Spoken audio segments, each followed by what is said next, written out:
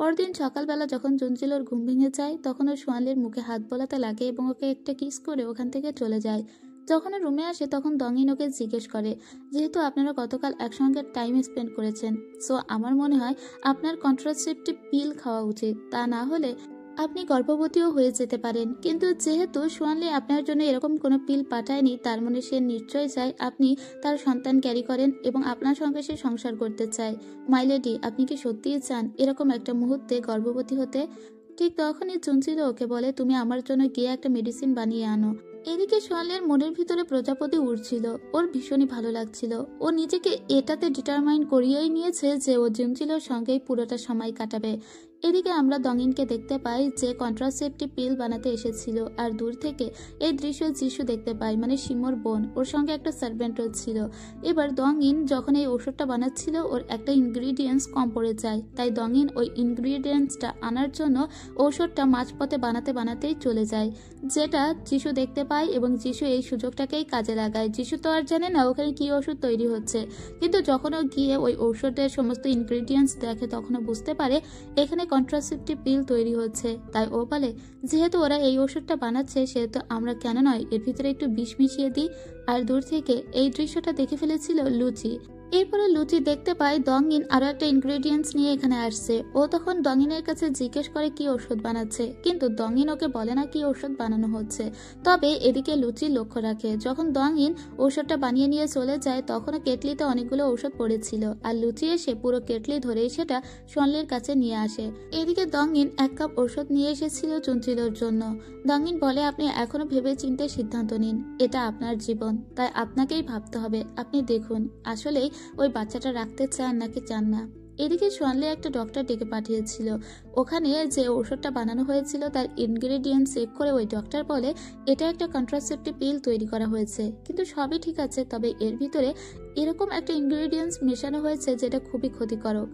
এর ভিতরে শুধুমাত্র এই উপাদানের কারণে যে ওষুধটা এখন তৈরি হয়েছে সেটা যদি কোনো মেয়ে খায় তাহলে সে কখনোই আর সন্তান জন্ম দিতে পারবে না। এদিকে সেই ওষুধটা কিন্তু এখনো পর্যন্ত খায়নি জুনচিলো এখনো মনে মনে ভাবছে যে আসলে ওষুধটাও খাবে নাকি খাবে না। এই সময়টা ওর জন্য খুবই একটা ক্রাইসিস মোমেন্ট, যেহেতু ও একটা অন্য দেশে আছে, ও নিজের দেশে ফিরে যেতে হবে। তাছাড়া যদি একই দেশের হতো তাহলেও না হয় কথা ছিল। এসব ভেবেই ও ঔষধটা খেতে যাচ্ছিল। ঠিক তখনই ওখানে সোয়ানলি চলে আসে আর ঔষধটা ফেলে দিয়ে বলে, তুমি কি পাগল হয়ে গিয়েছো? তুমি যদি এই বাচ্চা নাই চাইতে তাহলে তুমি আগে থেকেই আমাকে বলে দিতে, আমি তোমাকে বিন্দু পরিমাণ ফোর্স করতাম না। ইভেন আমার তোমার উপর ফোর্স করার কোনো ইচ্ছা পর্যন্ত নেই। আমি শুধু তোমাকে ভালোবাসি, আমি অন্য কিচ্ছু না। আমি শুধু চাই তুমি আমার সঙ্গে থাকো, আমি তোমার সঙ্গে সুন্দর একটা সংসার করতে চাই। তুমি যদি সংসারও করতে না চাও, আমি চাই তুমি শুধু আমার পাশে থাকো।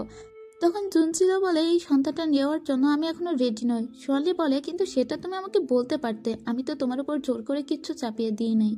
তখন সোয়ানলিকে ও বলে, তুমি রেডি তো? সোয়ানলি তখন কিচ্ছু বলে না। জুনচিলো বলে, দেখো আমরা এরকম একটা সময়ে এসে আটকা পড়ে গেছি এবং আমাদের দুজনের দেখা হয়েছে যে সময়টা থেকে বের হওয়া আমাদের জন্য অনেক কষ্টসাধ্য। আমার নিজের দেশ আছে, নিজের পরিবার আছে, আমার একটা রেসপন্সিবিলিটি আছে, আমাকে সেখানে ফিরে যেতে হবে। কিন্তু এরকম একটা সময়ের ভিতরে যদি আমাদের সন্তান হয় তাহলে সে কতটা সাফার করবে তুমি একবার বোঝো। সোয়ানলি তখন ওকে কিচ্ছু বলে না, কিন্তু সোয়ানলির মনে মনে অনেক অভিমান হয়েছে, তাই সোয়ানলি ওর উপর রাগ করে সোজা বাহিরে চলে এসে দঙিনকে বলে, এই ঔষধ তুমি বানিয়েছো? ওই ঔষধের ভিতরে তুমি কি মিশিয়েছো? দঙিন বলে, কি মেশাবো? আমি তো শুধুমাত্র একটা কন্ট্রাসেপটিভ পিলই তৈরি করতে চেয়েছি, আর কিচ্ছু মেশাইনি। তখন পিছন থেকে লুচি বলে ওঠে, আসলে এই মাস্টার সে কিছু মেশায়নি, আমি ওখানে যিশুকে দেখেছিলাম, আমার মনে হয় ওই ক্ষতিকারক পদার্থটা তারাই মিশিয়েছে। এরপরে দঙিন ভিতরে আসে এবং ও লেডিকে বলে যে আমার অনেক বড় ভুল হয়ে গিয়েছে। আমি যখন ওই পিলটা তৈরি করছিলাম ঠিক তখনই আমি একটা ইনগ্রেডিয়েন্টস নিতে বাহিরে আসি। ওখানে তখন যিশু গিয়েছিল আর ওর ভিতরে এরকম একটা উপাদান মিশিয়ে দিয়েছে। ওই ঔষধটা যদি আপনি খেতেন তাহলে আপনি সারা জীবনের জন্য সন্তান জন্ম দিতে অক্ষম হয়ে যেতেন। আর এটা জানতে পেরেই মূলত সোয়ানলি আপনার উপর এত রেগে গিয়েছিল। এদিকে সোয়ানলি যিশুকে ডেকে পাঠিয়ে ওর কাছে জিজ্ঞেস করায় যিশু বলে, হ্যাঁ আমি ওই উপাদানটা মিশিয়েছিলাম, আমি চাই ওর ক্ষতি করতে, ওর কারণে আমার ভাই মরে গিয়েছে। তখন সোয়ানলি ওর সঙ্গে খুব রুড ব্যবহার করে। তবে রাজা তখনই সোয়ানলিকে ডেকে পাঠায়। রাজা বলে, আমি শুনেছি কি হয়েছে, কিন্তু যিশুর উপর তুমি এখন রাগারাগি করতে পারো না, সত্যই ওর ভাই মরে গিয়েছে, এমনিতেই ওরা অনেক রেগে আছে, আর ওরা ইনডিরেক্টলি তোমাদেরকেই সন্দেহ করছে, সেজন্য তোমাদের ক্ষতি করতে চাইবে স্বাভাবিক। যেহেতু জুনচিলোর কোনো ক্ষতি হয়নি, তাই এই ব্যাপারটা নিয়ে আর বেশি জলঘোলা করো না, তাহলে কিন্তু আরো হিতে বিপরীত হবে, ব্যাপারটা আরো খারাপ হয়ে যাবে। এরপরে আমরা দেখি যে আজকে একটা স্প্রিং ফেস্টিভ্যাল ছিল এবং এই রাজ্যে অনেক বড় করে স্প্রিং ফেস্টিভ্যাল উদযাপিত হয়ে থাকে। আজকেও সেটাই হচ্ছিল। এখানে আমরা রাজকুমারীকে দেখি, ও সবার সামনে উঠে দাঁড়ায় আর জিমিনকে বলে, আমি তোমাকে নিয়ে ফেস্টিভ্যালের শহরটা ঘুরে দেখতে চাই। কিন্তু এখানে ওর মা ওর দিকে তাকিয়ে থাকে। তারপরেও রাজকুমারী যেহেতু একটু সাইকো টাইপের ছিল, তাই ওকে কেউ বাধা দেয় না। ওদের পিছু পিছু সোয়ানলিও উঠে আসে। সোয়ানলি রাজকুমারীকে বলে পথে সাবধানে থাকতে, আর চিমিনকে বলে দেয় রাজকুমারীকে যেন দেখে রাখে। আসলে সোয়ানলির নিজেরও মনে হচ্ছিল ওই এক্ষুনি জুনচিলোর কাছে চলে যাবে আর জুনচিলোকে নিয়ে ওই ফেস্টিভ্যাল দেখতে বেরিয়ে যাবে, কিন্তু ওর তো একটু আগেই খুব বড়সড় ঝামেলা হয়েছে জুনচিলোর সঙ্গে। তারপরেও ও জুনচিলোর কাছে আসে আর বলে, তোমার উপরে আমি রাগ করে থাকতে পারি না। যেহেতু স্প্রিং ফেস্টিভ্যাল অনেক বড় করে এখানে উদযাপিত হয়, তাই আমি চাই পুরো শহরের উৎসবটা তোমাকে ঘুরিয়ে ঘুরিয়ে দেখাতে। তাই ও জুনচিলোকে নিয়ে বাইরে বের হয়ে আসে। জুনচিলোরও মন একদম ভালো হয়ে যায়। এখানে যতটুকু বোঝা যায় যে সোয়ানলি জুনচিলোকে সব থেকে বেশি ভালোবাসে, আর সেজন্য তো ওর উপরে যত মান অভিমান রাগারাগি যাই থাকুক, ও কিন্তু আগে গিয়ে জুনচিলোর রাগ ভাঙায়। এদিকে একটা জঙ্গলে দেখা করতে এসেছিল কনসার্ট লি এবং লু জি। এখানে লি আবারও ওকে মনে করিয়ে দেয়, তোমাকে কিন্তু উলফ লর্ড হতেই হবে, কোনো মতেই সোয়ানলিকে উলফ লর্ড হতে দেওয়া যাবে না। আমার এবং আমার ছেলের ভাগ্য তোমার উপরেই ডিপেন্ড করছে, একমাত্র তুমি উলফ লর্ড হলেই আমরা ভালো থাকতে পারবো। এদিকে আবারও ফেস্টিভ্যালের মোমেন্টগুলো দেখানো হয়, যেখানে চিমিনও বেশ এনজয় করছিল। ঠিক এই মুহূর্তে আমরা দেখতে পাই এখানে একটা উইশ ট্রি আছে, যেখানে যা কিছু উইশ করা হয় তা নাকি সত্য হয়। সোয়ানলি উইশ করেছিল সে যেন সারা জীবন জুনচিলোর সাথেই থাকতে পারে। এরপরে সোয়ানলির যেখানে দাঁড়িয়েছিল হঠাৎ করেই সেখানে আগুন ধরে যায় এবং এই আগুন একদম সোয়ানলির চোখ বরাবর এসে লাগে। এটা ছিল ইন্টেনশনাল, মানে পিছন থেকে কেউ একজন এই কাজটা করিয়েছে সোয়ানলির চোখ কানা করে দেওয়ার জন্য। আর সত্যি সত্যি সাময়িক সময়ের জন্য সোয়ানলির চোখে কিচ্ছু দেখতে পাচ্ছিল না। তখনই ওর উপর অতর্কিত আক্রমণ শুরু হয়ে যায়। তবে হিজিয়াও এবং লুচির সাথে সাথে চলে এসে ওদেরকে বাঁচিয়ে নেয়। সোয়ানলি মনে করে যে শি চ্যাংকং এর লোকেরাই মনে হয় এটা করেছে ওকে মারার জন্য। তবে এই কাজটা শি চ্যাংকং এর লোকজন করেনি, এটা লু ঝির লোকজনই করেছে। এখন ডক্টর দেখানো হয় সোয়ানলিকে। ডক্টর বলে দেয় যে সোয়ানলি 1 মাসের আগে রিকভার করতে পারবে না, কিন্তু 2 দিন বাদেই তো ওদের ফাইনাল ইভেন্ট। তাহলে ফাইনাল ইভেন্ট ও এই অন্ধ অবস্থায় কিভাবে খেলবে? অথচ 1 মাসের আগে নাকি ওর চোখ ঠিকই হবে না। রাজা তো ভীষণ চিন্তায় পড়ে যায়। ও রাজাকে বলে ও অন্ধ অবস্থাতেও জিততে পারবে। এদিকে লুচি এসে আবার সমবেদনা জানায়, অথচ পিছনে পিছনে এই কিন্তু সমস্ত কাজটা করলো। এদিকে আমরা রাজকুমারীকে দেখি। রাজকুমারী আবার ঔষধ বানাতে ভীষণই পটু ছিল। রাজকুমারী বলে, আমার ঔষধ পেলে সোয়ানলির চোখ একদম ভালো হয়ে যাবে। তাই ও সোয়ানলির জন্য ঔষধ বানাতে বসে যায়। কিছুক্ষণ পরে সোয়ানলির চোখেও ঔষধটা দিয়েও যায় এবং এই ঔষধটা সত্যি ভীষণ ইফেক্টিভ ছিল। একদিনেই মনে হচ্ছিল অনেকটাই রিকভার করে ফেলেছে সোয়ানলি তার চোখ, এবং রাজার চিন্তাও বেশ কিছুটা কমেছে। এদিকে আমরা ইয়াননান শহরের রাজাকে দেখতে পাই। ইয়াননান শহরের রাজা জুন ফেইফানের অপেক্ষায় এখনো পর্যন্ত বসে আছে। এদিকে জুন ফেইফান মানে জুনচিলোর যে চাচাতো ভাই, তারা চিন্তা করছে যেভাবেই হোক জুনদের যে ব্যবসা আছে তা নিজেদের করে নেওয়ার। এটা শুনে রাজার আবার রাগ হয়, কারণ রাজা জুন ফেইফানের উপর 100% বিশ্বাস করত। এদিকে পরের দিনের ইভেন্ট দেখানো হয়, যেখানে চোখ বাঁধা অবস্থাতেই ইভেন্টে অংশগ্রহণ করতে এসেছিল সোয়ানলি, কিন্তু তারপরে ওর কনফিডেন্স ছিল 100%। আজকে ওদেরকে নিজেদের পতাকাগুলো যেভাবেই হোক এমন একটা উঁচু চূড়ার উপরে রাখতে হবে যে আগে রাখতে পারবে সে জয়ী হবে। কিন্তু পথে শিয়ংকং এর 1000 খান লোকজন এসে আক্রমণ শুরু করে সোয়ানলির উপর।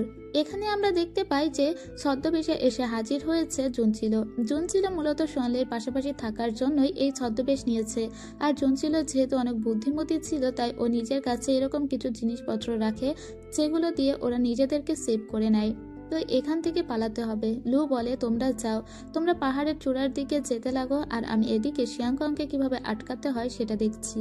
ওরা অন্য পথ ধরে পাহাড়ের পথের দিকে যেতে লাগে, কিন্তু এটা ছিল জঙ্গলের পথ, আর এই জঙ্গলের পথে লু তার কারসাজিগুলো করে রেখেছে। এজন্যই তো এই পথে সবাইকে পাঠালো। কিছুক্ষণ পরেই দেখা যায় জঙ্গলের ভিতরে অনেক বেশি ধারালো একটা তার বাঁধা, যেটা সুনবা দেখতে পায়, এবং সুনবা দেখার সাথে সাথেই বলে দেয়, নিচু হয়ে চলো সোয়ানলি, না হলে এখানে তার বাঁধা আছে। ব্যাস, সুনবার জন্য আজকে বেঁচে গেল সোয়ানলি। কিন্তু এই তার একটাই বাধা ছিল না, এখানে আরো একটা তার বাধা ছিল, যেটা সুনবা দেখতে পায় না। সুনবা ভেবেছিল এখানে আর কোনো তার বাধা নেই, আর এই তারে বেঁধেই মৃত্যু হয়ে যায় সুনবার। কিন্তু তার জন্য বেঁচে গিয়েছিল সোয়ানলি, কারণ ওই তারটা কেটে পড়ে গিয়েছিল। বাবার মৃত্যুতে চাউমিন প্রায় পাগল প্রায় হয়ে যায়। ও কখনোই ভাবেনি এভাবে ওর বাবার মৃত্যু হবে। ও মনে করেছিল এইসব কিছুর পিছনে শি চিয়াংকং দায়ী। এদিকে আমরা দেখতে পাই যে শি লিডারের ভিতরে এবং লু লিডারের ভিতরে ঝামেলা শুরু হয়ে গিয়েছে। লুচি এসে সোয়ানলিকে জানায় যে সুনবা মারা গিয়েছে এবং জঙ্গলে তার বেঁধেই তার মৃত্যু হয়েছে। এতে প্রচন্ড কষ্ট লাগে সোয়ানলির, কিন্তু হঠাৎ করে সোয়ানলির চোখের আলো একটু একটু ফিরে এসেছিল এবং ও সবকিছু ঝাপসা দেখতে শুরু করেছে। এদিকে আমরা লুকে দেখতে পাই এবং শিকে দেখতে পাই। এরা দুইজন কে আগে নিজেদের পতাকাটা রাখতে পারবে সেটা নিয়ে লড়াই হচ্ছিল। আসলে লু কিন্তু শর্টকাট রাস্তা দিয়েই এখানে চলে এসেছে, আর অন্য পথ দিয়ে মূলত পাঠিয়ে দিয়েছিল সোয়ানলিদের, যাতে ওদের আসতে দেরি হয়। এখানে যখনই শি লিডার তার পতাকাটা রাখতে যাবে তখনই চলে আসে সোয়ানলি এসেই শু লিডারের হাতে পতাকাটা একদম 2 টুকরো করে দেয় এবং ওর প্রচন্ড রাগ হয়, কারণ ওর কারণে সুনবা মারা গিয়েছে ও এটাই মনে করে। কিন্তু সুনবা তো মারা গেল আসলে লুইয়ের কারণে। যাই হোক, ও শিকে হারিয়ে দিয়ে নিজের পতাকাটা স্থাপন করে, আর এই রাউন্ডেও সোয়ানলি জিতে যায়। লু ওখানে ঠায় দাঁড়িয়ে এই দৃশ্যটা দেখে, কিন্তু শেষ পর্যন্ত ও চাইলে কিন্তু মারামারি করতে পারত ওর বন্ধুর সঙ্গে, তবে সেটা ও করেনি। তো একজন দূত এসে জানায় যে এই রাউন্ডেও জয়ী হয়েছে সোয়ানলি, কিন্তু মারা গিয়েছে সুনবা। অর্থাৎ প্রত্যেক রাউন্ডে একজন করে জয়ী হচ্ছে ঠিকই, কিন্তু বিনিময়ে অন্য কারো প্রাণ চলে যাচ্ছে। কি এক মরণ খেলায় ওরা যেন নেমেছে। এখানে সবাই শিয়াংকংকে অনেক সন্দেহ করছিল এবং জাওমিন তোর উপর প্রচন্ড রেগে যায়, কিন্তু শিয়াংকং কখনোই চায়নি সুনবার মৃত্যু হোক। সুনবার মৃত্যুতে বরং সে অনেকটাই ভেঙে পড়েছে এবং তার খুব খারাপও লেগেছে। এবার ও এসে ওর একজন গার্ডকে বলে, আমি ছাড়াও এরকম কেউ আছে যে সোয়ানলিকে মারতে চায়, কিন্তু সে সোয়ানলিকে না মারতে পেরে সুনবাকে মেরেছে। সেটা কেউ হতে পারে, তাহলে কি লু আছে এর পিছনে? এদিকে যিশু এসে ওর বাবাকে বলে, বাবা অনেক হয়েছে, অনেক যুদ্ধ বিগ্রহ হয়েছে, এবার চলো আমরা আমাদের শহরে ফিরে যাই, শান্তিতে ওখানেই থাকি। আমি আমার ভাইকে হারিয়েছি, আমি আর তোমাকে হারাতে চাই না। ওর বাবা বলে, এবার আমরা ফিরে যাব। এদিকে সোয়ানলি কিন্তু উফলট হয়ে গিয়েছে। আজকে ওর ভীষণভাবে মা বাবার কথা মনে পড়ে। ওর মা বাবা যখন মারা গিয়েছিল তখন রানীমা বলেছিল যেদিন ও নিজে উলফ্লট হতে পারবে সেদিনই ওর বাবা মাকে কে মেরেছে বা কারা মেরেছে সেটা ও পুনরায় ইনভেস্টিগেট করতে পারবে। কিন্তু সুনবার মৃত্যুতেও প্রচন্ডভাবে ভেঙে পড়েছে এবং ওর ভীষণ খারাপ লাগছে। ওর মনে হচ্ছে ওর কারণেই সুনবা মারা গিয়েছে। এখানে আমরা দেখতে পাই একটা অ্যারো। এই অ্যারোটার দিকে তাকিয়ে থাকে জুনচিলোর দিকে ওই অ্যারোটা তখন তুলে নেয় সোয়ানলি আর বলে, এটাকে দেখে কি তোমার চেনা চেনা মনে হচ্ছে নাকি এটা তুমি আগেও কোথাও দেখেছো? তখনই আমরা একটা ফ্ল্যাশব্যাক দেখতে পাই। জুনচিলো যখন একদম ছোট ছিল, যখন 10-12 বছর বয়স ছিল, তখন ও একটা ডায়াগ্রাম এঁকেছিল। মূলত ওটা একটা ক্রস বইয়ের ডায়াগ্রাম ছিল।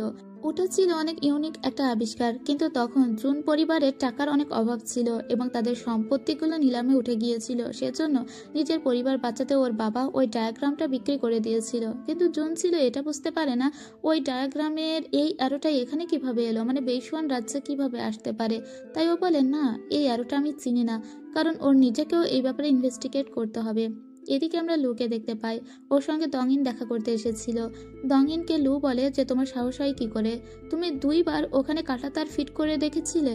আজকে যদি সুনবা মারা না যেত তাহলে ওর জায়গায় সোয়ানলি মারা পড়তো। আমি তোমাকে বলেছিলাম একটা তার ফিট করতে, কিন্তু তুমি 2টা তার ফিট করেছো, বিধায় ওখানে সুনবাও মারা গিয়েছে। কেন ফিট করেছিলে? দংইন বলে, আপনি যেহেতু উলফ্লট হতে পারছেন না আর আপনার উলফ্লট হওয়ার পিছনে বাধা হলো সোয়ানলি, তাই আমি মনে করেছিলাম ওকে মেরেই ফেলবো। কিন্তু এই কথা শুনে লু ভীষণ রেগে যায় আর বলে, আমি তোমাকে আগেই বলেছি আমি সোয়ানলিকে মারতে চাই না, যেমনটা তুমি মারতে চাও না জুনচিলোকে। এখন তুমি যাও, আপাতত তোমার কোনো কাজ নেই। এদিকে আমরা জুনচিলোকে দেখতে পাই ও বসে বসে ওই ক্রস বইয়ের কথাটাই ভাবছিল। এদিকে সোয়ানলি হাতে জুন পরিবারের সেই ট্রেড টোকেনটা নিয়ে বসেছিল, যেটা মূলত জুনচিলোর কাছে ছিল। ওই এই ট্রেড টোকেনটা দেখার সময় ওর মনে হয় ও নতুন কিছু আবিষ্কার করতে পেরেছে। এখানে একটা সুইচ টাইপের কিছু দেখতে পায়, তাই ও কৌতূহলী হয়ে ওই সুইচটাতে চাপ দিতেই পাশ থেকে দুটো ঘোড়ার মতো কিছু বের হয়ে আসে। আর এটাই মূলত ট্রেড টোকেন, যেটা জুন ফেইফান ইউজ করত। সমস্ত কিছু এবার সোয়ানের সামনে ক্লিয়ার হয়ে যায় যে জুনচিলোই আসলে জুন ফেইফান। তখনই ও লুচিকে এবং হিচিয়াওকে ডেকে বলে, জুন পরিবারের যে স্লটটা যাচ্ছে ব্ল্যাক আয়রনের, সেই ব্ল্যাক আয়রন ক্রিস্টালের স্লটটা আটকে দাও, যেভাবেই হোক ওটা যেন ইয়াননান শহরে না পৌঁছায় এবং এটা যেন জুনচিলো কোনোভাবে জানতে না পারে। জুনচিলোই জুন ফেইফান। তাই ও জুনচিলোকে আটকানোর চেষ্টা করে। এদিকে আমরা দেখতে পাই একটা লোককে, যে ইয়াননান শহর থেকে এসেছে। এ মূলত শি চিয়াংকং এর সঙ্গে দেখা করতে এসেছে, কিন্তু সিমিন দূর থেকে এই লোকটিকে দেখে চিনতে পারে যে ও ইয়াননান শহরের চ্যান্সেলরেরই গার্ড। এই লোকটি চিয়াংকং এর সঙ্গে দেখা করতে আসে আর বলে যে আমি আপনার কাছে ওই ডায়াগ্রামটা বিক্রি করেছিলাম 12 বছর আগে, অর্থাৎ যে ডায়াগ্রামটা জুনচিলো বানিয়েছিল। এখন যেহেতু নতুন করে 12 বছর আগের কেসটা আবার উদ্ঘাটন হতে পারে, তাই ওই লোকটি এসেছে সবকিছু ধামাচাপা দেওয়ার জন্য। আর ওই লোকের আরো একটা বড় উদ্দেশ্য হচ্ছে জুনচিলোকে যেভাবেই হোক এখানেই মেরে ফেলে দেওয়া। কিন্তু চিমিন এসে জুনচিলোকে জানায় যে ওই ইয়াননান শহরে একটা লোককে মনে হয় এখানে দেখেছে। ওদিকে রাজা কিন্তু এসবের কিছুই জানে না। রাজা সবসময় চায় জুন ফেইফান যেখানেই থাকুক সহি সালামত যেন ইয়াননান শহরে ফিরে আসতে পারে, কিন্তু অনেকেই তো ভিতরে রাজনীতি করে, তারা চায় জুনচিলোকে মেরে ফেলতে। এদিকে নতুন করে ইনভেস্টিগেশন শুরু করেছিল সোয়ানলি। চিয়াংকং কোথায় কি করছে এই সমস্ত কিছু ও প্রতি মুহূর্তে লক্ষ্য রাখছিল। সেজন্য চিয়াংকং এর একটা গার্ড এবং কিছু সৈন্যরা এসেছিল একটা রাজ্যে, যেখানে সেই সোল্ডাররা থাকতো, যাদের গলায় কাঁধে ট্যাটু ছিল। যে ট্যাটুধারী লোকরাই মূলত জানতো যে সোয়ানলির বাবাকে কে বা কারা মেরেছে। সেজন্য এই সোলজারগুলোকে আগে থেকে মারার জন্য সেই লিডার লোকজন পাঠিয়ে দিয়েছে। ওরা মূলত এদের সবাইকে মেরে ফেলতে এসেছিল, কিন্তু এরা এসেই ধরা পড়ে যায় সোয়ানলির কাছে। সোয়ানলি বলে আমি আগে থেকে জানতাম জঙ্গলের ভিতরে যে সোলজারগুলো এখনো পর্যন্ত লুকিয়ে লুকিয়ে বেঁচে আছে তাদেরকে তোমরা একদিন না একদিন মারতে আসবে, কিন্তু তারা তোমাদের কৃতকর্মের সমস্ত কথাই জানতো, তাই না? তবে তাদের কাছে কোনো প্রমাণ নেই। তাদের কোনো অপরাধ না থাকা সত্ত্বেও তাদেরকে লুকিয়ে বেড়াতে হচ্ছে, কারণ 12 বছর আগে আমার বাবা মাকে এই শোল্ডারদের কেউ কেউ মেরেছিল, কিন্তু বাকি সবাই তো ইনোসেন্ট। আর এই ইনোসেন্ট মানুষগুলোকেই তুমি আজকে শেষ করতে এসেছো? তোমার না গ্রামে একটা মা আছে? তুমি কি মনে করেছো আজকে তুমি সি লিডারের হয়ে কাজ করলে তোমার মাকে তুমি বাঁচাতে পারবে? তাই বাধ্য হয়ে ওই গার্ড, যার নাম লিন, সে আজকে সমস্ত কিছু বলতে আসে রাজার সামনে, কারণ ও ফেসে গিয়েছে। ও যদি সমস্ত সত্য না বলে তাহলে ওর মাকে হয়তো সোয়ানলি মেরে ফেলবে। সোয়ানলি আজকে এখানে ওই যে ট্যাটুওয়ালা শোল্ডাররা লুকিয়েছিল জঙ্গলের ভিতরে, তাদের শিপকে ডেকে আনে আর লিনকেও ডেকে আনে। ওরা দুজনেই সাক্ষী দেয় যে সেই লিডারই মূলত 12 বছর আগে সোয়ানলির বাবা মাকে মেরেছিল। ওই সৈনিকদের কাছে কোনো প্রমাণ নেই, তাই ওই সৈনিকদেরও মারতে চায় এখন এই সি লিডার। যেহেতু এই কথাগুলো সব বলা হয়ে গিয়েছিল, তাই সি লিডার প্রচন্ড রেগে গিয়েছিল ওদের দুজনের উপরেই। তখনই রাজা একে অ্যাটাক করে। অ্যাটাক করার সাথে সাথে সি লিডার বলে, হ্যাঁ 12 বছর আগে আমি সোয়ানলির বাবা মাকে মারতে চেয়েছিলাম, কারণ তার বাবা মায়ের জন্যই আমি উলফ লর্ড হতে পারিনি, আর এখন আমি সোয়ানলির জন্য হতে পারলাম না। তুমি আর তোমার বাবা মা কেউ শান্তিতে থাকবে না। ফাইনালি কেস কিন্তু সলভ হয়েই গেল যে শি ক্লানের লিডারই মূলত সোয়ানলির বাবা মাকে 12 বছর আগে মেরেছিল। তাই রাজা গার্ডদের বলে দেয় ওকে কারাগারে নিয়ে যেতে। যখন ওকে কারাগারে নিয়ে যাওয়া হচ্ছিল তখন দূর থেকে ইয়াননান শহরের সেই গার্ডটা এই বিষয়টা দেখতে পায় এবং এই লোক তাড়াতাড়ি গা ঢাকা দিতে ইয়াননান শহরের দিকে ব্যাক করতে লাগে। এদিকে রাজার সঙ্গে কথা হয় সোয়ানলির। রাজা বলে, যেহেতু তোমার বাবা মায়ের কেসটা এখন সলভ হয়ে গিয়েছে, তাই আমি চাই তোমার বিয়ে দিতে। আমি ঠিক করেছি সান বংশের জমিনের সঙ্গে তোমার বিয়ে দিব। যেহেতু জমিনের কোনো ভাই নেই, তাই ওই বংশেরও একটা যোগ্য শাসক প্রয়োজন। তুমি বিয়ে করলে তুমি ওই রাজ্যটা শাসন করতে পারবে। সোয়ানলি বলে, আপনি তো জানেন যে আমি জুনচিলোকে কতটা ভালোবাসি। আমি জমিনকে নিজের বোনের মতো দেখি, আমি কখনোই ওকে বিয়ে করতে পারবো না। আর তাছাড়া জমিন নিজে অনেক শক্তিশালী, সে একটা ছেলের মতো কাজ করতে পারে এবং সে একটা ছেলের মতো করে দায়িত্ব সামলাতে পারবে। তাই প্লিজ আপনি আমাকে বাধ্য করবেন না। রাজা তখন রেগে গিয়ে বলে, তুমি আমার নির্দেশ অমান্য করছো? জুনচিলো তোমার কাছে থাকবে, কিন্তু জুনচিলো তোমার সেকেন্ড ওয়াইফ হবে, কিন্তু জমিনকে তোমাকে বিয়ে করতেই হবে। সোয়ানলি বলে, আপনার কিন্তু এই ব্যাপারে জমিনের সঙ্গেও কথা বলা উচিত। এটা বলেও চলে আসে। এরপরে রাজার কাছে একটা গার্ড আসে একটা ঘুড়ি নিয়ে। ঘুড়িটা দেখিয়ে বলে, লু এই ঘুড়িটা কনসার্ট লি এর প্যাভিলিয়নের সামনে ওড়াচ্ছিল। রাজা বুঝতে পারে লু এর সঙ্গে কনসার্ট লি এর আলাদা করে কোনো একটা সম্পর্ক আছে। এদিকে আমরা সিমিনকে দেখতে পাই। এর কাছে আরো একজন গার্ড এসে বলে, আপনাদের এক্ষুনি ইয়াননান শহরে ফিরে যেতে হবে। রাজা হুকুম করেছে আর বেশি দেরি করা যাবে না এবং খুব দ্রুতই ফিরে যেতে হবে। সিমিন তাই সোজা চলে আসে জুনচিলোর কাছে। জুনচিলোকে বলে যে স্লটটা ইয়াননান শহরে পৌঁছানোর কথা ছিল, সেই কালো পাথরের স্লটটা ইয়াননান শহরে পৌঁছে গিয়েছে, কিন্তু প্রতিমধ্যে যেতে যেতে আমাদের ক্যারাভানে অ্যাটাক হয় এবং কিছু ডাকাতেরা নাকি অ্যাটাক করেছিল। তবে মাইলেডি, আপনার সাহস অনেক, সেজন্য আপনি আলাদা ক্যারাভানে কালো পাথরগুলো পাঠিয়েছেন বলে সেগুলো যথারীতি ইয়াননান শহরে গিয়ে পৌঁছাচ্ছে। আসলে ওই ক্যারাভান আটকের কথা কিন্তু সোয়ানলি বলেছিল তার লোকদের। এরা দুজনেই দুজনের সঙ্গে গেম খেলছে। কালো পাথরটা নিজের শহরে নিয়ে যাবার জন্য উঠে পড়ে লেগেছিল জুনচিলো। তবে জুন ছিল যে জুন ফেইফান এটা জানার সাথে সাথে ওই পাথর যাতে মাঝপথে আটকে যায় সেটার ব্যবস্থা করেছিল আবার সোয়ানলি। কিন্তু সোয়ানলি ডাকাত সাজিয়ে ওই পাথরগুলো উদ্ধার করতে পারেনি। জুন ছিল জানতো এরকম কিছু হতেও পারে, তাই আগে থেকেই সে অন্য ক্যারাভানে রেখে দিয়েছিল কালো পাথরগুলো, তাই সেগুলো ডাকাতরা কিডন্যাপ করতে পারেনি এবং সেগুলো যথারীতি ইয়ান্নান শহরে পৌঁছে গিয়েছে। এই সময় আমরা দংইনকে দেখতে পাই। দংইন 2 কাপ চা নিয়ে এসেছিল জুন ছিল এবং সোয়ানলির জন্য। তবে একটি চায়ের রং ছিল গাঢ় এবং অন্য চায়ের রং হালকা। এটা দেখা মাত্র জুন ছিল বুঝতে পারে একটি চায়ে বিষ মেশানো আছে এবং দংইন যে চায়ে বিষ মেশানো ছিল সে চাটা দেয় সোয়ানলির হাতে, কারণ ও সোয়ানলিকে এই চা খাইয়ে মেরে ফেলতে চেয়েছিল। তবে সোয়ানলি এটা বুঝতে না পারলেও জুন ছিল বুঝতে পারে আর ওকে চাটা খেতে বারণ করে। জুন ছিল যেহেতু সিল্ক কাপড় নিয়ে বিজনেস করতো, তাই রঙের পার্থক্যটা কখনোই ওর চোখ এড়ায় না। তো ওই চাটা না খেয়ে চাটা হাতে করে নিয়ে বসেছিল সোয়ানলি।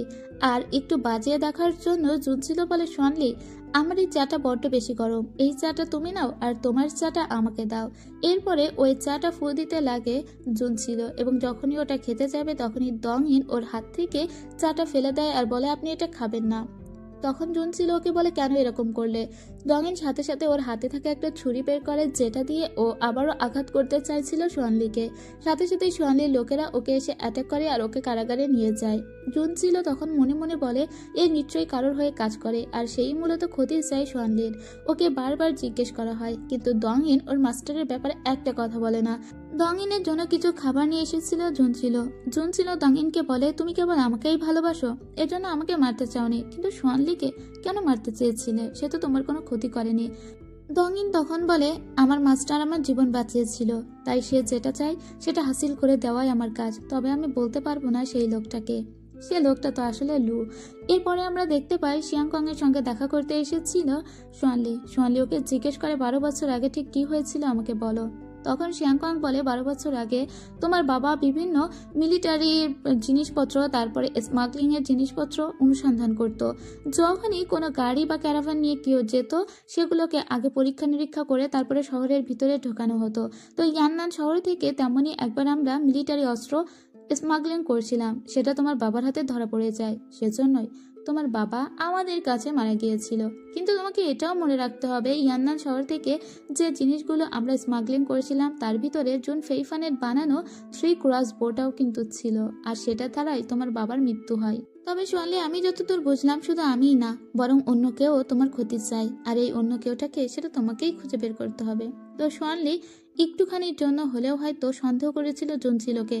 সোয়ানলি কিন্তু জুনচিলোকে অনেক বেশি বিশ্বাস করে যে জুনচিলো কখনো ওর খারাপ চাইবে না। তারপরেও এমন কিছু ঘটনা চারপাশে ঘটে যাচ্ছে যে দুজনের মনের ভিতরে কিছুটা ফারাক সৃষ্টি হয়ে যাচ্ছে। পরদিন দেখা যায় যে শিয়াংকং এমন কিছু খাবার খেয়েছে যার কারণে তার মৃত্যু হয়েছে, আর ওই খাবারগুলো তার মেয়েই বানিয়ে দিয়ে গিয়েছিল। তাহলে ওই খাবারে তো বিষ মেশানো থাকতেই পারে না, কিন্তু খাবারগুলোতে বিষ আসলো কিভাবে? তখন শিয়াংকং এর মেয়ে বলে যে ওই খাবারগুলো আমার সার্ভেন্ট বানিয়েছিল, কিন্তু আমার সার্ভেন্টকেও পাওয়া গিয়েছে সকালবেলা সেও মৃত্যুবরণ করেছে এবং কেউ তাকে ইচ্ছা করে মেরে রেখে গিয়েছে। যখন ওরা ওই লাশটা দেখতে আসে তখন ওই লাশের হাতে একটা রেড বিন দেখতে পায়। এই রেড বিন দেখা মাত্র লুচি বলে, এই রেড বিনের ব্রেসলেট না আমাদের মাইলেডি পরে, মানে জুন ছিল পরে, তাহলে এরকম একটা রেড বিন এর হাতে কিভাবে এলো? জুন ছিল কি এর সঙ্গে জড়িত? সাথে সাথে রেড বিনটা নিজের হাতের মুঠোয় নিয়ে নেয় সোয়ানলিয়ার বলে এই ঘটনা আর একবারও মুখে আনবে না। জুন ছিল এরকম কোনো কাজ করতেই পারে না। এরপরে ও সোজা জুন ছিলের সঙ্গে দেখা করতে আসে। যদিও মুখে মুখে বলছে জুন ছিল এরকম কাজ করতে পারে না, কিন্তু তারপরেও মনে মনে জুন ছিলকে একটু সন্দেহ কিন্তু সোয়ানের হচ্ছিল। সোয়ান জুন ছিলকে এসে বলে, সকালবেলা তুমি কোথায় গিয়েছিলে? জুন ছিল বলে, বাজারে গিয়েছিলাম। কেন, কিছু হয়েছে? সোয়ান বলে, তোমার হাতে সবসময় যে রেড বিনের ব্রেসলেট থাকতো সেটা কোথায়? জুন ছিল বলে, আজকে বাজারে গিয়েছিলাম, তখন একটা ভিক্ষুক আমার ব্রেসলেট নিয়ে টানাটানি শুরু করে, সেটা কেটে গিয়েছে। তবে আমি সবগুলো রেড বিন সহ সেগুলোকে কুড়িয়ে এনেছি যাতে এটাকে আবার ঠিক করতে পারি। জুন চিলার কাছ থেকে তখন ওইগুলো নিয়ে নেয় সোয়ানার বলে, আমি তোমাকে ঠিক করে দিব। এরপর নিজের রুমে নিয়ে এসে দেখে ওখানে একটা রেড বিন কম, আর ওই রেড বিনটাই কিন্তু ওদের কাছে ছিল। সোয়ালি তখন বলে, এটা কিভাবে হতে পারে? এই রেড বিন ওখানে গেল কিভাবে? জুন ছিল এরকম কিছু করবে আমি কখনোই বিশ্বাস করি না। তখন হিজিয়া বলে, যদি মিস জুনচিলো এটা নাই করে থাকবে তাহলে তার হাতের ব্রেসলেট রেড বিনটা ওখানে গেল কিভাবে? ঠিক তখন এখানে জুনচিলো চলে আসে আর বলে, কি কথা হচ্ছে? কে কোথায় চলে গিয়েছে আর কিসের রেড বিন? তখনই ও দেখে ওর ব্রেসলেটটা এখানে, ওরা সবাই মিলে ইনভেস্টিগেট করছে। জুনচিলো বুঝতে পারে যে ওকে সন্দেহ করা হচ্ছে। ঠিক তখনই রাজা ডেকে পাঠায় সোয়ানলিকে। সোয়ানলি বলে, আমি এসে তোমার সঙ্গে কথা বলবো। রাজার সঙ্গে কথা বলে ও চাই লুইয়ের সঙ্গে কথা বলতে। যখন ও লুইয়ের রুমে যায় তখন একটা পোর্ট্রেট দেখতে পায় সোয়ানলি। ওটা দেখে ও থমকে যায়। এই রুমে এখন লু ছিল না, তাই ও পোর্ট্রেটের দিকে আরো বেশি করে এগিয়ে যায় এবং বেশ ভালো করে এই পোর্ট্রেটটা দেখে ও বুঝতে পারে এটা কনসার্ট লি এর আঁকা, মানে কনসার্ট লিকে কেন্দ্র করেই আঁকা। এরপরে ও লুইয়ের সঙ্গে কথা বলে। আসলে ও বুঝতে পেরে গিয়েছে ওর পিছনে আরো একজন লেগে আছে, সেটা আর কেউই নয়, সেটা লু। কনসার্ট লি এর সঙ্গে যেখানে সবসময় লু দেখা করত সেই জায়গাটায় আজকে চলে আসে সোয়ানলি। এখানে আসার পরে ওর উপর অতর্কিত কিছু লোকজন হামলা করে। কিছুক্ষণ পরে ওই লোকজনগুলোর লিডারও চলে আসে এবং এই লিডারই ছিল মূলত ওর বন্ধু লু। লু জানতো না যে এখানে আজকে সোয়ানলি আসবে। দুজনের ভিতরে তুমুল ফাইট শুরু হয়ে যায় এবং এক পর্যায়ে লু এর মুখের মাস্কটা খুলে ফেলতে হয়। সোয়ানলি বলে, আমি জানতাম, কারণ আমি কনসার্ট লি এর ছবি দেখেছি এবং আমি জানি কনসার্ট লি সেই মেয়ে যাকে তুমি মন প্রাণ দিয়ে ভালোবাসতে। তাহলে কি তার জন্যই তুমি উলফ ব্লাড হতে চেয়েছিলে আর তার জন্য তুমি বারবার আমাকে মারতে চেয়েছিলে? কিন্তু সেটা কিভাবে হতে পারে? আমি তো তোমাকে নিজের বন্ধু মনে করতাম। তাহলে ভালোবাসার মানুষের জন্য তুমি বন্ধুকে মারবে যাকে পাওয়ার কোনো সম্ভাবনাই নেই? আর এটা তো গর্হিত অপরাধ, কারণ সে এখন রাজার স্ত্রী। এদিকে রাজার লোকজনও ঠিক তখনই যে উপস্থিত হয় লুকে ধরে আনার জন্য, কারণ রাজাও অলরেডি বুঝতে পেরেছে তার স্ত্রীর সঙ্গে লুইয়ের কোনো একটা কানেকশন তো আছেই। লু কিন্তু কোনো কিছু স্বীকার করে না। তবে রাজা লুইয়ের উপর প্রচন্ড রেগে যায় আর বলে, তোমার জন্য সুনবা মারা গিয়েছে, তুমি অনেক অপরাধ করেছো, আর তাই ওকে জেলে পাঠিয়ে দেয়। এদিকে প্রচন্ড মন খারাপ হয়ে গিয়েছিল সোয়ানলির, কারণ ও যাকেই বিশ্বাস করছে, যাকেই বন্ধু মনে করছে, তারাই ওকে পিছন থেকে ছুরি মারছে। তবে এত কিছুর ভিতর দিয়েও উলফ লর্ড হওয়ার যে শপথ, সেই শপথটা তো ওকে গ্রহণ করতে হবে। আজকে ওকে শপথ গ্রহণ করার জন্য ডাকা হয়েছিল আর এখানে অনেক মানুষ উপস্থিত ছিল। তবে রাজা কোনোভাবেই জুনচিলোকে এখানে অ্যালাউ করবে না বলে জুনচিলো আজকে খুব সাধারণ মেয়ের একটা পোশাকে এসে এখানে উপস্থিত হয়, কারণ ও নিজের চোখের সামনেই দেখতে চেয়েছিল যে মানুষটাকে ও ভালোবাসে সেই মানুষটা যখন শপথ গ্রহণ করবে তখন ব্যাপারটা কেমন হবে। তবে রাজা চেয়েছিল অন্য কিছু। রাজা আজকে সবার সামনে একটা পাবলিক ডিক্রি করে দেয়। সেখানে রাজার ইনভয় সবাইকে পড়ে শোনায় যে কিছুদিনের ভিতরেই রাজা জাওমিনের সঙ্গে বিয়ে ঠিক করেছে সোয়ানলির। যেহেতু এখন জাওমিনের রাজ্যে কোনো লর্ড নেই, তাই সোয়ানলি যদি ওকে বিয়ে করে তাহলে সোয়ানলি হতে পারবে ওই রাজ্যের নতুন লর্ড, এবং এটা খুবই প্রয়োজন। রাজা যেহেতু পাবলিক ডিক্রি করে দিয়েছে, এই ডিক্রি কেউ অমান্য করতে পারবে না। সোয়ানলি তো আগে রাজার সঙ্গে এই নিয়ে কথা বলেছে এবং ও যেহেতু রাজি ছিল না, তাই রাজা এই পন্থা অবলম্বন করেছে আর সবার সামনে ওকে স্বীকার করিয়েও নিতে বাধ্য করেছে। এদিকে কারাগারের ভিতরে আমরা দেখি লুকে, যে বসে বসে তার প্রাক্তন প্রেমিকার কথাই চিন্তা করছিল, কিন্তু কিছুক্ষণ পরেই দেখা যায় লু মারা গিয়েছে। তবে মারা যাওয়ার আগেও একটা চিঠি লিখে রেখে গিয়েছে সোয়ানলির উদ্দেশ্যে, যেখানে বলেছে পরের জন্মে আমরা নিশ্চয়ই আবার ভালো বন্ধু হব। কিন্তু সোয়ানলি লুইয়ের হাতের দিকে তাকিয়ে দেখে লুইয়ের হাতে সবসময় একটা কাটার দাগ থাকতো, সেই দাগটা নেই। এটা দেখা মাত্র সোয়ানলি বুঝতে পারে এখানে যে লোকটা মরে পড়ে আছে সে আসল লু হতেই পারে না। সোয়ানলি এই কাহিনী বুঝতে পেরে ওর গার্ডদের বলে দেয়, এখানে যে মরে পড়ে আছে মানে লু, তার লাশটাকে পুড়িয়ে ফেলো, কোনো কিছুই যেন অবশিষ্ট না থাকে, মানে কোনো রকমের প্রমাণ যেন আর বাকি না থাকে। এদিকে লু পালিয়ে বেড়াচ্ছে, দং ইনও কিন্তু পালিয়ে চলে এসেছে কারাগার থেকে, আর এদের দুজনকেই পালাতে হেল্প করেছে কনসার্ট লি।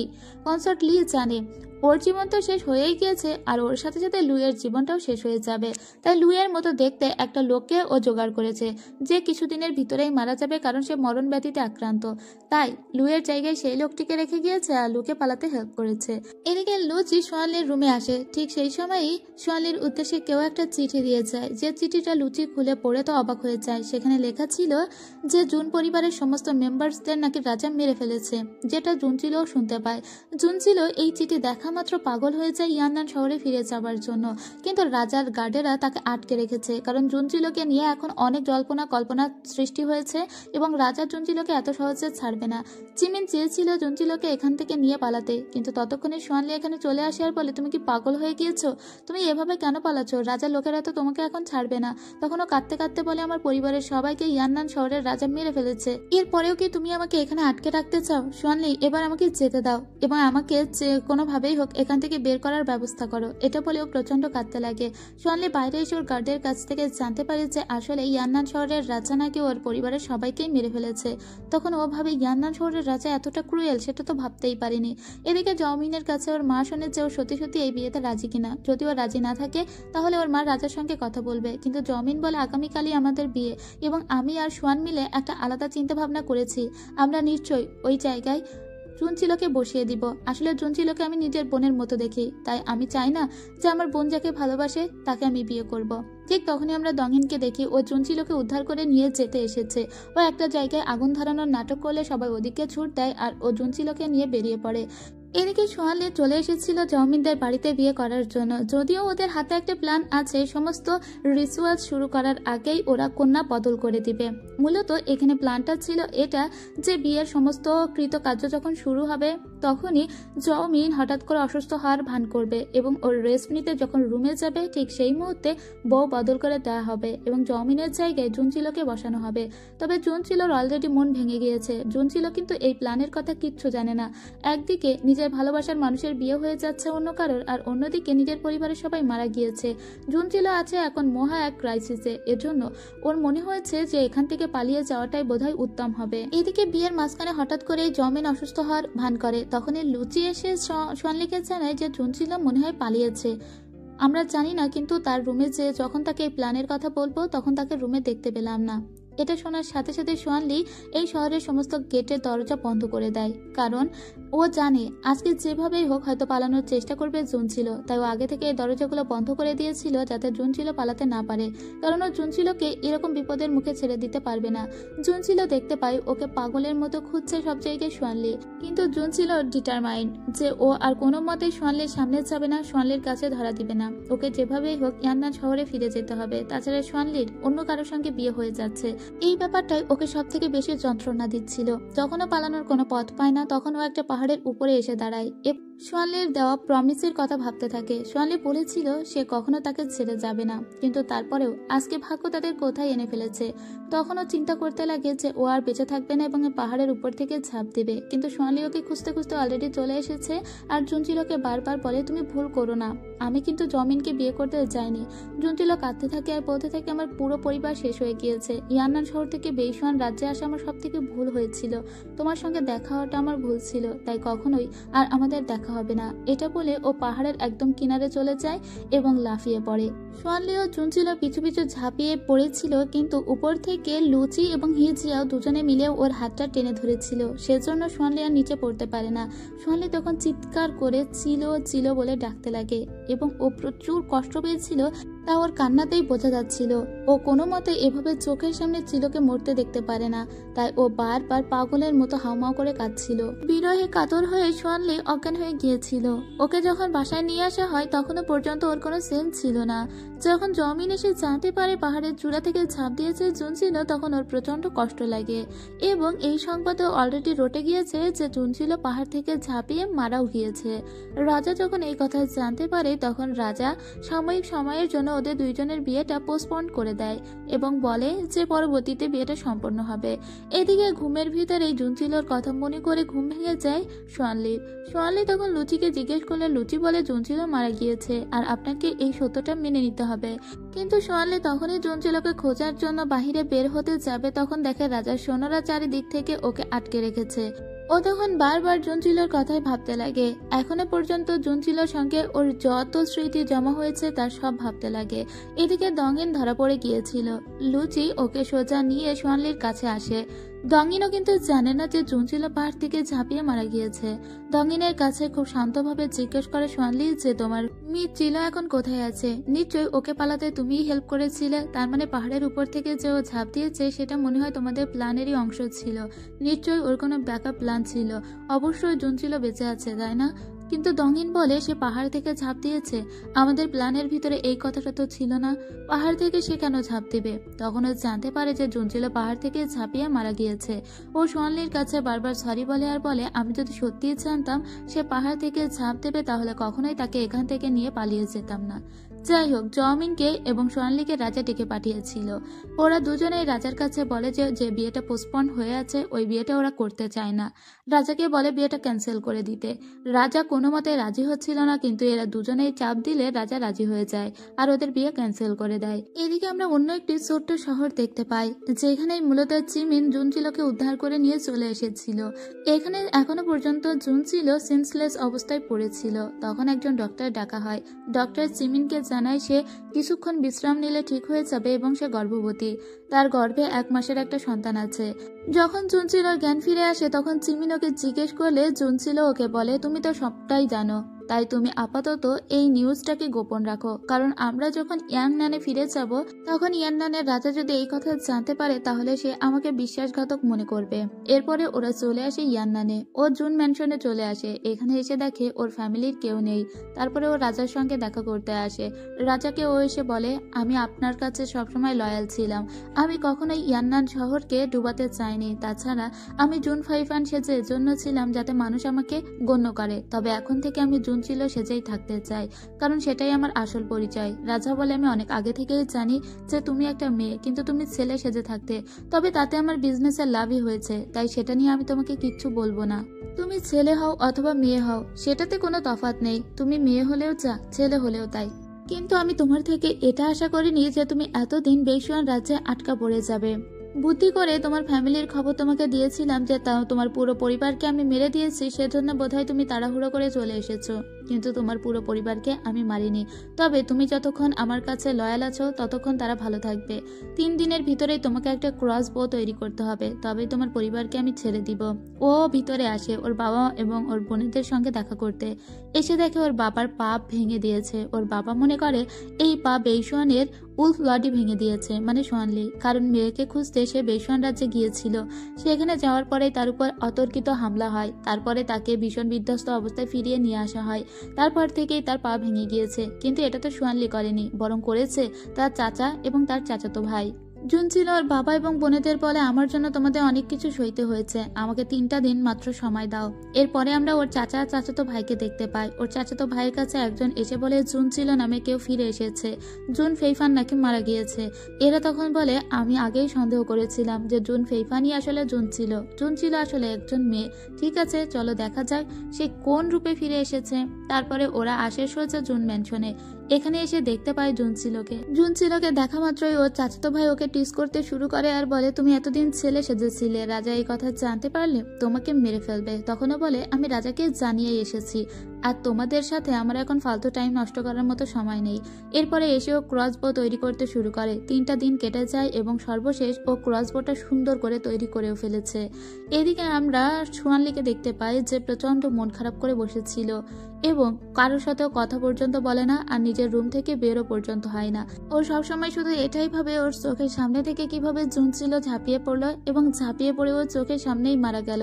এই ব্যাপারটা ও কোনোভাবেই সহ্য করতে পারছে না। ঠিক তখনই ওকে রাজা ডেকে পাঠায়। রাজা ওকে বলে, আমি খুব শীঘ্রই ইয়ান্নান রাজ্য আক্রমণ করতে চাই। কিন্তু সোয়ানলি এটা শুনেই বলে, কিন্তু কেন আপনি সেটা করবেন? 2 দেশেই তো এখন শান্তি আছে, তাহলে তো আক্রমণ করার কোনো দরকার নেই। রাজা বলে, আমি তোমার থেকে বেশি ভালো জানি সেটা। এখন আমি চাই তুমি সমস্ত সৈন্যদের লিড দাও। কিন্তু সোয়ানলি বলে, আমি লিড দিতে পারবো না, কারণ এখন যদি যুদ্ধ হয় তাহলে 2 দেশেরই ইনোসেন্ট মানুষগুলোই মারা পড়বে, এতে অনেক রক্তপাত হবে, সেটার কি দরকার? বরং শান্তি চুক্তি করে নিলেই তো 2 দেশের ভিতরকার ঝামেলা মিটে যায়। কিন্তু রাজা এতে প্রচন্ড রেগে যায়। সোয়ানলি তখন ওর কাছে থাকা ওই সিলটা রাজাকে দিয়ে বলে, আমি আমার সিল আপনার কাছে জমা দিলাম, আর আমি কোনো যুদ্ধ বিগ্রহ চাই না, তাই আমি লিড দিতেও চাই না। রাজা তখন প্রচন্ড রেগে বলে, ঠিক আছে, তাহলে উলফলাড হওয়ার তোমার কি দরকার? আমি সু বংশের লিডারকেই বলবো, বরং সমস্ত মিলিটারিদের লিড যেন সেই দেয়। এরপরে সোয়ানলি বলে, ঠিক আছে, আপনি যেটা ভালো মনে করেন সেটাই করেন। এটা বলে সোয়ানলি ওখান থেকে চলে যায়। ব্যাস, 2 রাজ্যের ভিতরে যুদ্ধও শুরু হয়ে যায়। কিন্তু ইয়ান্নান রাজ্যের কাছে ছিল জুনচিলোর বানানো একটা বড় ক্রসবো, সেটা দিয়ে খুব সহজেই তারা বেইসুয়ান রাজ্যকে কুপকাত করে দেয়। এখন বেইসুয়ান রাজ্যের রাজা পুনরায় ডেকে পাঠায় সোয়ানলিকে জানানো হয় যে ইয়ান্নান রাজ্য এমন একটা অস্ত্র ব্যবহার করছে যা দিয়ে খুব সহজেই ওরা আমাদের হারিয়ে দিয়েছে। এখন ওই অস্ত্রটা সোয়ানলি হাতে করে নিয়ে দেখে এরকম অস্ত্র জুনচিলো ছাড়া আর কেউ তো বানাতে পারবে না। তাহলে কি জুনচিলো এখনো বেঁচে আছে? আর ওর মনের এই সন্দেহ থেকে ওর রাজাকে বলে, আপনার এখনো সময় আছে, শান্তি চুক্তিতে কথা বলা উচিত এবং 2 দেশের মাঝখানে একটা ট্রেডিং পোস্ট তৈরি করা উচিত, যাতে 2 দেশের ভিতরে খুব ভালো করে ব্যবসাটাও চলে আর 2 দেশের শান্তিও বজায় থাকে। রাজা তখনও পর্যন্ত কিন্তু যুদ্ধ করতে চাইছিল আর সোয়ানলিকে বলতে চেয়েছিল যে তুমি নতুন করে মিলিটারি লিডারদের লিড দাও। কিন্তু সোয়ানলি এবারও বলে দেয় যে সে এসব করবে না এবং সে শান্তি চায়। আর সে সিদ্ধান্তও নিয়ে নিয়েছে ইয়ান্নান শহরে একবার চুরি করে যাবে এবং সেখানে গিয়ে এটা খোঁজার চেষ্টা করবে জুনচিলো বেঁচে আছে কিনা। এদিকে বেইসুয়ান রাজ্যের রাজা এই সিদ্ধান্ত নিয়ে নিয়েছে যে তারা শান্তি চুক্তি করবে এবং এখানকার কিছু লোক তারা ইয়ান্নান রাজ্যে পাঠাবে যাতে ইয়ান্নান রাজ্যের রাজাও শান্তি চুক্তিতে রাজি হয়। এদিকে ইয়ান্নান রাজ্যের রাজা জুনচিলের ওপর খুশি হয়ে ওর দুই বোনকে ছেড়ে দিলেও ওর বাবাকে এখনো আটকে রেখেছে যাতে জুনচিলো রাজার হাতের মুঠোয় থাকে। যাই হোক, জুনচিলো যে এখন দুই বোনকে ফিরে পেয়েছে এটাই অনেক, কিন্তু এখনো তাদের সেই চাচাতো ভাই খুব রেগে আছে। এদিকে আমরা জুনচিলোর মেজ বোনের ফিয়ান্সিকে দেখতে পাই। এর সঙ্গে ওর মেজ বোনের বিয়ে ঠিক হলেও এই ছেলেটা বেশ অন্যরকম। এই ছেলে মূলত মেয়েদের নিচু নজরে দেখতেই বেশি পছন্দ করে, এজন্য জুনচিলোকেও বেশি একটা ওই ছেলে পছন্দ করে না। অন্যদিকে আমরা দেখি রাজ্যের সবার চোখ ফাঁকি দিয়ে রাজকুমারী চিন, সেও কিন্তু ইয়ান্নান শহরের উদ্দেশ্যে রওনা দিয়েছে আর ওর সাথে আছে হি জিয়াও। রাজা এই কথা জানতে পেরেও ওকে আর আটকায় না। এদিকে আমরা দেখতে পাই কনসার্ট লিকে, লু যাকে ভালোবাসতো, কনসার্ট লিকে একটা রুমে আবদ্ধ করে রেখেছে রাজা এবং এখানে তাকে ঠিকমতো খাবার পর্যন্ত দেওয়া হচ্ছে না। এদিকে লু তার রাজ্যে ফিরে এসেছে এবং সে লুকিয়েই আছে মূলত, কারণ সবাই জানে সে মারা গিয়েছে এবং সে লুকিয়ে লুকিয়ে ডংইনকে পাঠিয়ে এই খবরও নেয় কনসার্ট লি এখন কেমন আছে। তবে কনসার্ট লি এর খোঁজ এখন কেউ দিতে পারে না। লু এর মন তো একটু ভাঙে, তারপরেও করার কিছু নেই। ওদিকে আমরা ইয়ান্নান শহর দেখতে পাই, নতুন করে একটা বিজনেসের চেষ্টা করছিল জুনচিলো। আর এই শহরে যে পথ দিয়ে জুনচিলো হেঁটে যাচ্ছিল তার অপোজিট রাস্তা দিয়েই আমরা হেঁটে আসতে দেখি সোয়ানলিকে। সোয়ানলি মনে মনে জুনচিলোকে খুঁজেই চলেছে এবং বারবার জুনচিলোর বিভিন্ন স্মৃতি ওর মনের ভিতরে ভাসছে, কিন্তু কিছুই করার নেই। ও এখনো পর্যন্ত জানে না জুনচিলো বেঁচে আছে কিনা। তবে চারিদিকে ও জুনচিলোকে খুঁজে খুঁজে হয়রান হয়ে যাচ্ছে। এদিকে আমরা দেখতে পাই অন্য একটি লোককে। এই লোককে মূলত ধরে ফেলেছিল জুনচিলো, কারণ জুনচিলো মনে করে চিমিন শুধুমাত্র একটা গার্ড নয়, বরং ওর আরো কিছু পরিচয় আছে। তাই ও চিমিনকে আলাদা করে ডাকে আর ডেকে বলে, তুমি আসলে কে বলো তো? চিমিন তখন বলে, আপনি আমাকে ভুল বুঝবেন না মাই লেডি, আমি আসলে রাজার একজন গুপ্তচর। রাজা আপনার পাশে আমাকে রেখে দিয়েছে যাতে আপনি কোনো উল্টোপাল্টা না করতে পারেন এবং আপনি যেটাই করেন আমি যেন সবসময় রাজাকে সেই খবরটা দিয়ে দিই। তবে সব থেকে বড় কথা, আমি আপনার প্রতি লয়াল, আমি রাজার প্রতিও লয়াল। তবে চিমিন এতদিন জুনচিলোর পাশে থাকতে থাকতে ওকে ভালোবেসে ফেলেছে, তাই রাজার কাছ থেকে জুনচিলোর অনেক কথাই সে লুকিয়েছে। এদিকে আমরা দেখতে পাই জুন ম্যানশনের সামনে এসে সোয়ানলি এবং লুচি দাঁড়িয়েছিল, কিন্তু ভিতরে ঢোকার সাহস এখনো ওদের হয় না। এখনো সোয়ানলি জানে না জুনচিলো বেঁচে আছে কিনা। ওর রাস্তায় জুনচিলোকে যখন খুঁজছিল তখন ওর মনে হতে লাগে আশপাশ দিয়ে হয়তো জুনচিলো একবার চলে গিয়েছে। এদিকে জুনচিলো এবং ওর ছোট বোন এসেছিল একটা দোকান ক্রয় করতে যেখানে নতুন করে বিজনেস করবে, আর ওই রাস্তা দিয়েই সোয়ানলি হেঁটে যাচ্ছিল। ওর হঠাৎ মনে হয় ও জুনচিলোর মতো কাউকে দেখেছে। যখন ও দৌড়ে ওদিকে যায় তখন দেখে যে না, সামনে কেউ নেই। ওর আবারও মনটা ভেঙে যায়। এদিকে আমরা জুনচিলোকে দেখি ও হঠাৎ করে অসুস্থ হয়ে গিয়েছে এবং বাড়িতে ডক্টর ডাকা হয়েছে। যখন ওর জ্ঞান ফেরে তখন ডক্টর জানায় জুনচিলো এখন ঠিক আছে, কিন্তু ওর একটু বিশ্রামের প্রয়োজন, কারণ ওর গর্ভে 2 মাসের মতো হয়েছে এরকম একটা বাচ্চা আছে। সেজন্য ওর এই মুহূর্তে বেশি কষ্ট পরিশ্রম না করে একটু বিশ্রামের উচিত। এবার ওর 2 বোন অবাক হয়ে যায় চিমিনকে জিজ্ঞেস করে এই ব্যাপারে। চিমিন কিছুই বলে না আর বলে, যখন জুনচিলোর জ্ঞান ফিরে আসবে তখন জুনচিলোর কাছ থেকে বরং আপনারাই শুনে নেবেন, আমি এই ব্যাপারে কিচ্ছু বলতে চাই না। ঠিক তখন ওর মেজ বোনের ফিয়ান্সি এখানে আসে এবং ফিয়ান্সি এই কথা জানতে পেরে বলে, তোমাদের পরিবার এত খারাপ, একটি মেয়ে বিয়ের আগে প্রেগনেন্ট হয়ে গিয়েছে, সেরকম একটা পরিবারে তো আমি কখনোই বিয়ে করতে পারবো না। আজই আমি বাড়িতে গিয়ে আমার বাবাকে এই কথা জানাবো এবং এই বিয়েটা ভেঙে দিতে বলবো। এতে ওর মেজ বোনের খুব খারাপ লাগে, কারণ ওর মেজ বোন এই ছেলেটিকে অনেক ভালোবেসে ফেলেছিল। সেদিন আমরা দেখতে পাই ওর মেজ বোনের ফিয়ান্সি রাস্তা দিয়ে যাচ্ছিল আর তার বন্ধু বান্ধবকে বলছিল অন্য মেয়ে দেখতে, কারণ ও নতুন করে এঙ্গেজমেন্ট করতে চায়। সেই রাস্তা দিয়ে জুনচিলোর ছোট বোন যাচ্ছিল। ওই এই কথা শুনে ওর সামনে যায় আর বলে, তোমার সাহস হয় কি করে? নিজেকে কখনো দেখেছো? আয়নার দিকে গিয়ে তাকিয়ে দেখো যে তুমি আসলে দেখতে কতটা বিশ্রী এবং কুৎসিত। তোমাকে কিনা আবার নতুন মেয়ে দেখা লাগবে। এবার দুজনের ভিতরে রাস্তার মাঝখানেই ঝামেলা শুরু হয়ে যায়। সেই রাস্তাতেই লুচি দাঁড়িয়েছিল আর সোয়ানলি দাঁড়িয়েছিল।